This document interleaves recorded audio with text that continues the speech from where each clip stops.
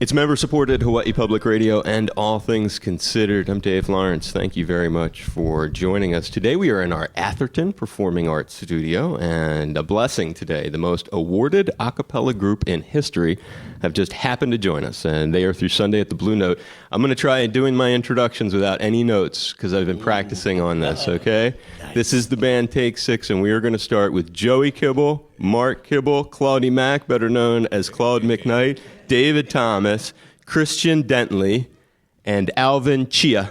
Oh, yeah, you're in. Oh, he's welcome. Good. He did it. Bonus points. Perfect. Nickname, too. You are impressive. Thank you guys so much for coming down here, and I've been enjoying some videos of you online. But now we get to actually enjoy it right here in our Atherton Performing Arts Studio, and All Things Considered. Maybe a song to get warmed up? Absolutely. Just to get warmed Thank up. you.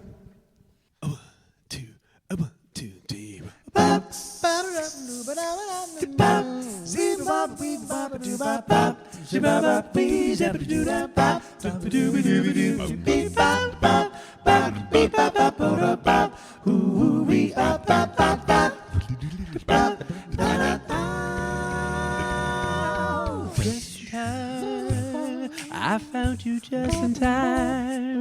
Before you came, my time was running low. So low. I was lost. The losing dice were tossed. My bridges all were crossed. No matter go. Now you're here. Now I know just where I'm going. No more now to fear. I found my way. Oh, just in time. You found me just in time. If it changed my lonely life, that lovely day, that lovely day, changed my lonely life, that lovely. Oh, just in time. I found you just in time. Before you came, my time was running low. I was lost, the losing dice were tossed. My bridges all were crossed, nowhere to go.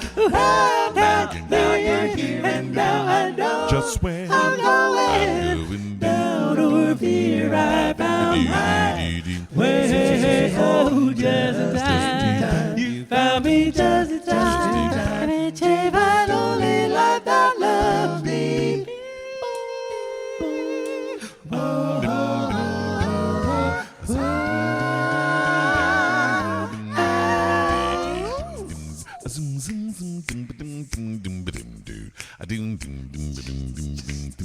Justin,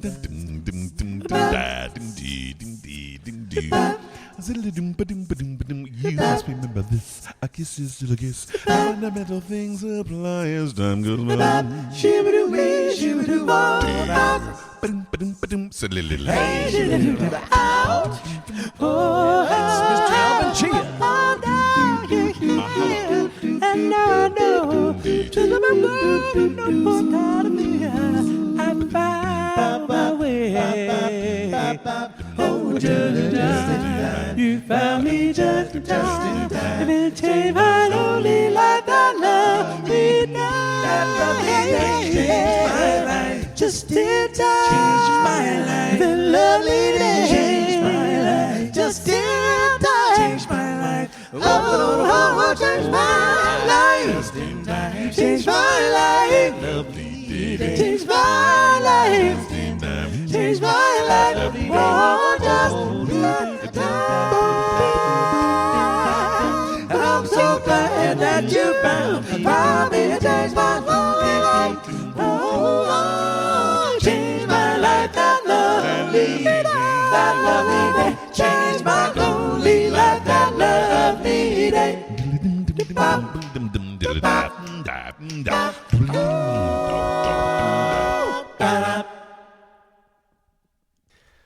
The incredible sounds of Take Six live on All Things Considered in our Atherton Performing Arts Studio. They are through Sunday at the Blue Note, Hawaii, and thank you guys so much. It's really Very much. you are very welcome, and they have a great story. Claude, I was reading a little bit about the origins of the group, the Gentlemen Estates Quartet.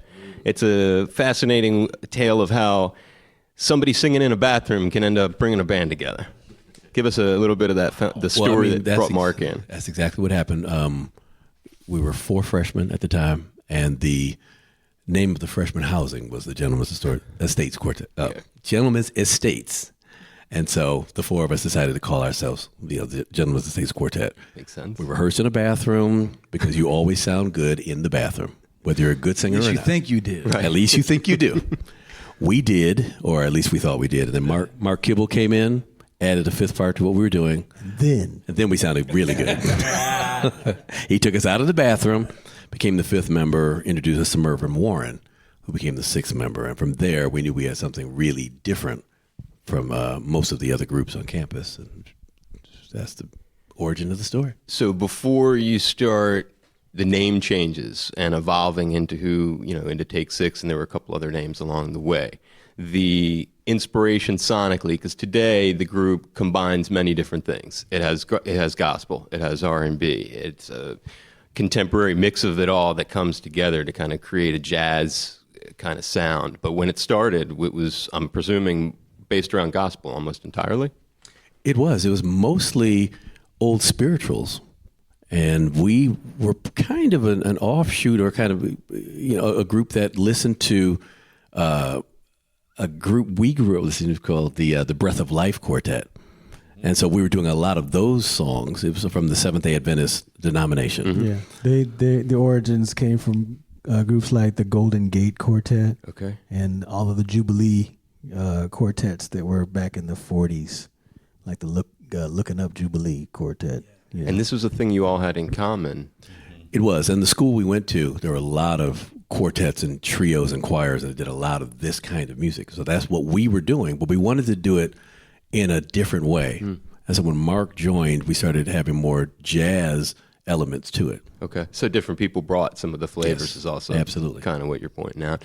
The difference of the parts, and forgive me if this comparison doesn't work for you, but Sweet Honey and the Rock was this group in Boston I used to see all the time, and it's like when I hear the way, because somebody will be doing like a rhythm part, and the leads will go back and forth. I was trying to keep track of it. It was a little hard during that song. You speak to how these arrangements come, because I know when you're let's say you're writing a piece of music, you've got your guitar, you're coming up with a riff, you might be able to show it to someone. This is an entirely different kind of beast to be able to turn into. That's because our main arranger, Mark Kibble, has an entirely different beast roaming around in his mind. But yeah, it all comes from Mark. They exaggerate. So you're figuring out who should do. Yeah. It's there are lots of elements that can be covered. You don't have to cover everything. Sometimes when you don't cover it and you imply something, it actually helps a lot. But there's so many things that you can do with your voices. And when we started off, it was mainly just singing, bass line, lead, and the background quartet, which if you add those up, that makes 6 parts. Right. You can divide that up any way that you want. Here lately in a cappella music, there's a lot of beatboxing that goes along. Mm-hmm. We started off with basically just a snap. We incorporated beatboxing along because we discovered we could do it, and it became popular too. So why not? In fact, you better do some beatboxing. Right. So add all those things together and you get what we do. But, we just add the element of the extended chords of jazz harmonics. So and just the way you can fill out the sound is huge, and there's so much going on. It's attracted some pretty big folks to you over the years, and anybody who goes on YouTube can be blown away by some of these collaborations that you've gotten to do. That's a way to look at them. I'll just throw one cat out there who I know is inspirational to a lot of people, Stevie Wonder. And I'm no doubt he's inspirational to you. Maybe you guys could share some stories about how those paths merged. Well, I can definitely share the first one with Stevie. He was so instrumental in putting us on the map when we first came out with our first project on album and cassette. We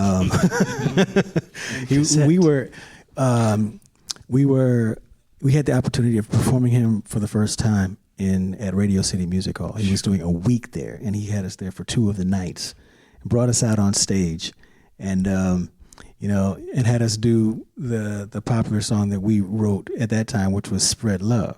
He loved that song. He said, I have to do it on my show, and I want to sing with you.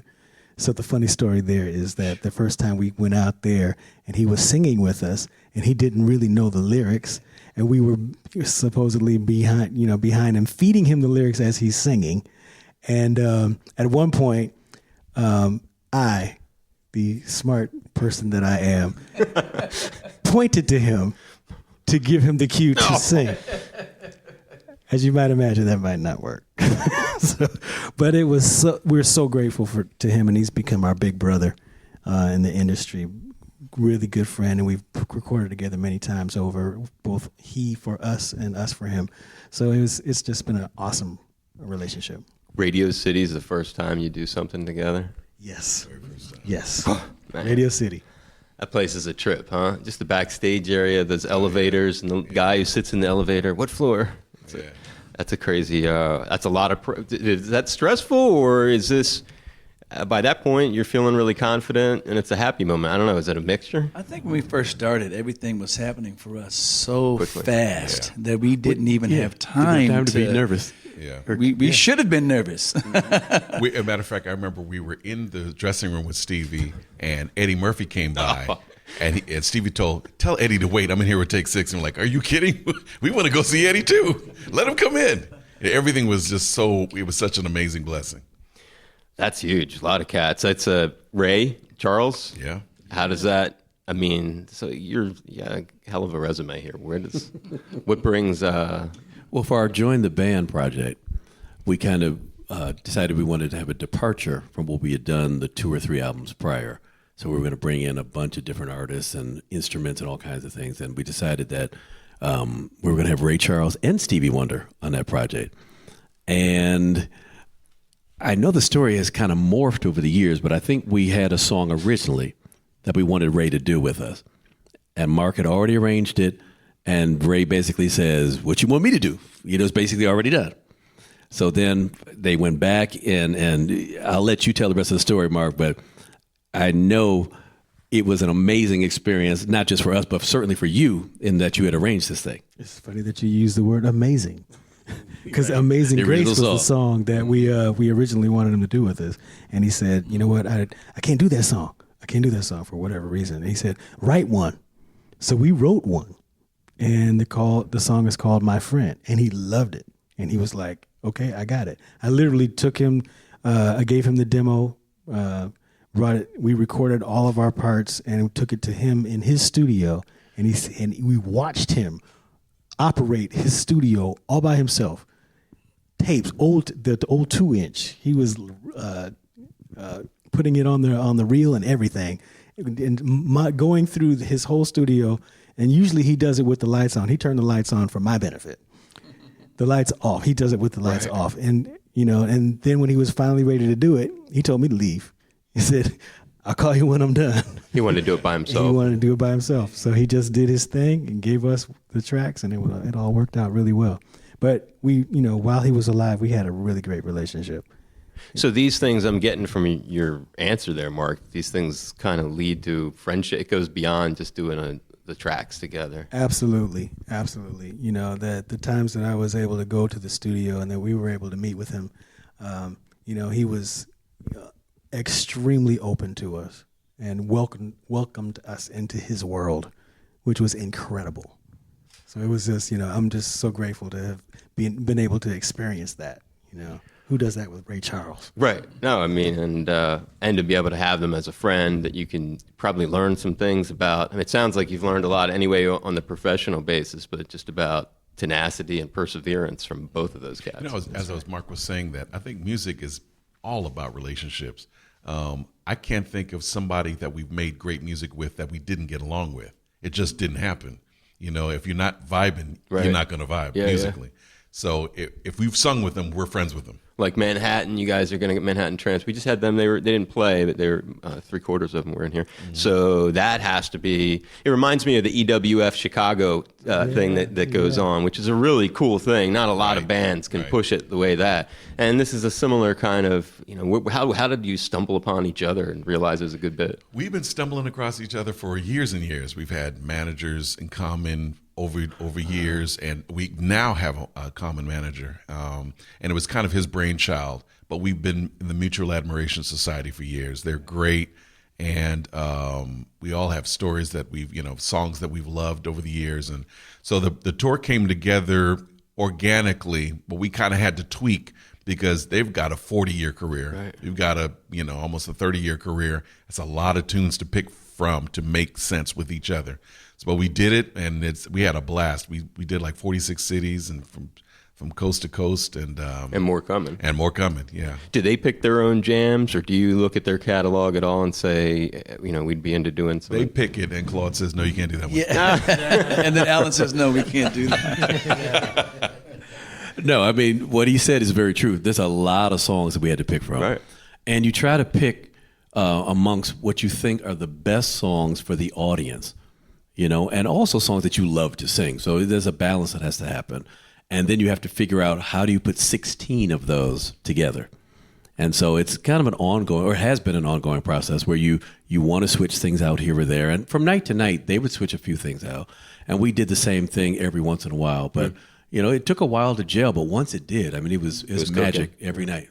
It's funny you say that. It's a good, before I get you to hopefully perform again for us, when you're putting your sets together for this run at the Blue Note, and you're talking about the set list, is that something that moves around night to night? And not every band needs to be the Grateful Dead and move their set massively. Sometimes an ensemble has a particular group of songs, and there's a way to lay them out, and it just works really well. How's it work for you? Generally, we have a skeleton of what we want it to be or what it probably needs to be. And then, because you're doing 2 shows a night, right? Just to kind of keep yourself honest, to keep yourself, where you want to be, and maybe even to get a little bit of new blood going, you may switch out a song here or there. Right. Yeah. So from night to night, we may switch out a song here or there, or reach back and find something from 25 years ago and say, hey, we're going to do this right now. So sometimes that's an audible that happens on the fly. Right. And it works. It really does work. Well, that keeps it. And like David just said, I mean, I sometimes, when I was a kid, I'd always want to see a band more than once in a row. So I'd maybe travel from Philly to D.C. or to New York to go see them because I wanted to see how much was a routine and how much was spontaneity. And you said about getting engaged. Sometimes when you'd see a band and they're doing the same carbon copy show, maybe even saying the same rap in between, you go, how engaged? At some point, it doesn't seem very engaging. Certainly isn't as a fan. Yeah, no, for real. And for us, that is something that we need to be engaged because we really love to interact with our audiences. And, even if you're lucky, we might even do something that we're working on for the next project. So that's exciting. Well, people are going to be in store for a lot of music and a very spiritual take on music, too. Would you guys like to do one more jam while you're here on All Things Considered? How's the room sound, by the way? Nice sound? Sounds great. Very polite audience, too. Yeah, you can't argue with this crowd, can you? They're great. So you know what we're going to do? We're going to call an audible because we had a song that we were going to do earlier, but now, since we talked about Ray Charles, we're going to do the song "My Friend" that we did with Ray. I love it. It's All Things Considered, Atherton Performing Arts Studio, and take 6. 2, 3.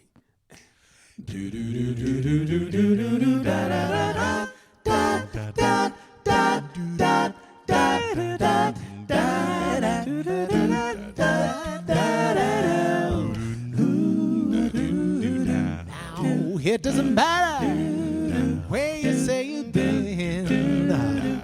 It doesn't matter what you do. Oh, no. 'Cause the same color blood that's running through my veins is the color that sustains another one. I know that you might have had a hard time, yeah. And maybe you thought of giving in, but don't ever give in. 'Cause no matter where you stand, it's not too much to lend my hand. You're my neighbor, you're my brother, you're my friend, you're my friend, yeah. You're my friend, yes you are. Now I know that you might got a lonely sometimes, yeah. You know every time that road and my so-called friends were taking each other in. I couldn't even make it through the door. So why don't you come on in, sit on down, take a load off your mind, and wear the shoes that you're in, and wear size 10. So no matter where you stand, it's not too much to lend my hand. You're my neighbor, you're my brother, you are my shown up my friend. You're my friend, yeah.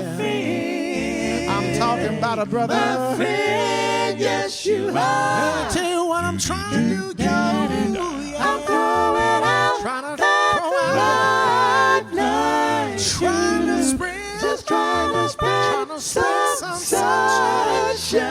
Got a whole lot of love for mankind. So why don't you call me sometime and I'll be by your side? Hey, hold on a minute. Make sure you don't forget. Whoa, when you call me, just say, said I'll be there when you call me. No matter where you stand, it's not too much to lend my hand now. You're my neighbor, you're my brother. Oh, yes, you are my friend. Up a friend, you're my friend. You're my friend. Say, oh, my friend, and you're my friend, and you're my brother, and you're my sister. Whoa, throwing out the lifeline, yeah. Hey, yeah. Hey, I'm trying to spread some sunshine. My friend, my brother. All you do is call and I will be there in a flash. See, all you do is call and I will be there in a flash.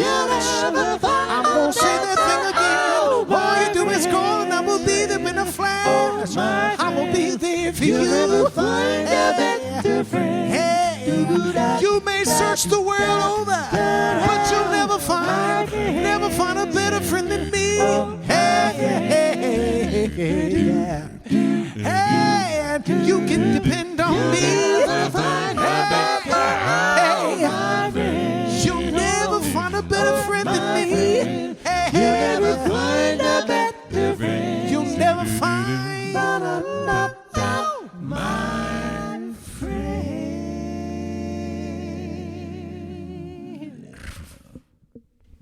It's take 6. All things considered, our Atherton Performing Arts Studio. Thank you very much. I really appreciate it. It's sounding great there through Sunday at the Blue Note. And it is Alvin Chia, Yes. Christian Dentley, David Thomas, Claude McKnight, and Mark and Joey Kibble. Right. Thank you guys. So good. Ding, ding, ding. Thank you very much. I really appreciate you being on the show.